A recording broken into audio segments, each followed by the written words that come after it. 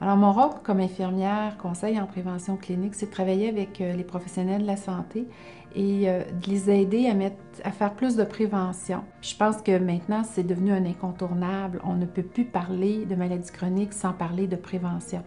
Or, les pratiques cliniques préventives s'insèrent très, très bien dans les milieux où il y a plusieurs professionnels de la santé qui peuvent intervenir.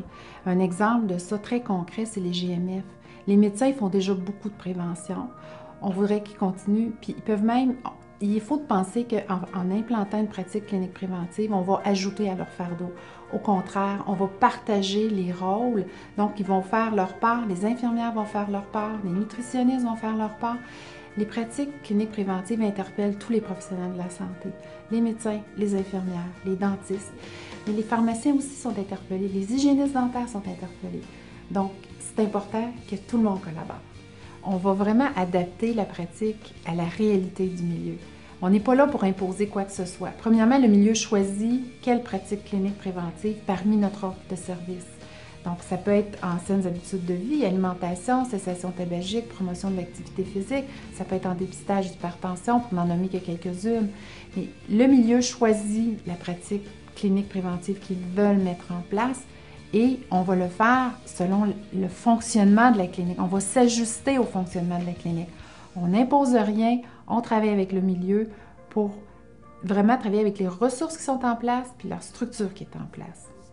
À la suite des réunions qu'on a eues ensemble, on a décidé de cibler justement la cessation tabagique et on a essayé de voir un peu ce qui manquait aux pharmaciens comme outil pour pouvoir développer vraiment ce créneau-là. Dans le fond, l'avantage d'avoir travaillé avec l'infirmière, c'est vraiment de voir un peu toutes les ressources qui sont offertes sur le territoire, des ressources qu'on n'est pas nécessairement au courant à ce niveau-là. Et puis aussi d'un peu faire des approches plus simples au niveau de notre clientèle pour travailler avec les gens. Maintenant, on se retrouve avec un comité où presque toutes les bannières sont représentées.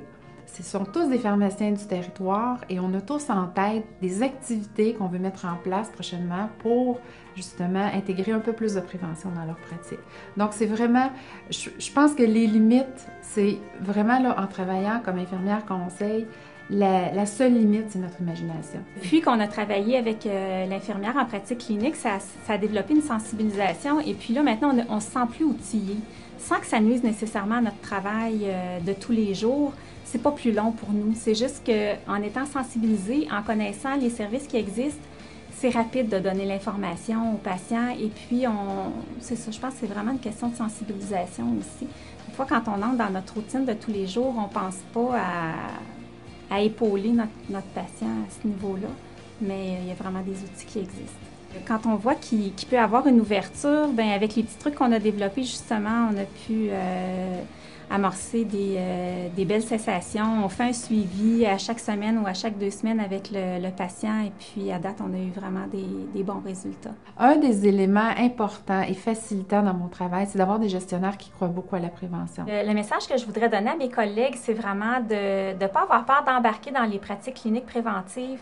Il y a un beau travail de collaboration qui peut être fait, puis je pense que quand on travaille en équipe avec les ressources qu'on a à notre portée, je pense que c'est juste le patient, notre clientèle qui peut en bénéficier, puis je pense que c'est le rôle majeur de notre travail de toute façon. De travailler en groupe, en petit comité, c'est très motivant aussi pour le pharmacien. C'est plaisant de pouvoir s'engager dans un autre domaine. Donc, au niveau aussi du C3S, pour nous, c'est quand même quelque chose d'assez nouveau parce qu'on ne sait pas toujours ce qui se passe vraiment au niveau des hôpitaux parce qu'on n'est pas en lien direct souvent avec eux.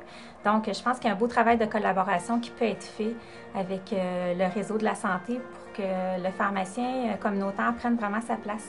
C'est vraiment, on le voit, il y a de plus en plus de prévention qui se fait sur le territoire et j'ose croire que les pratiques cliniques préventives ont quelque chose à voir là-dedans.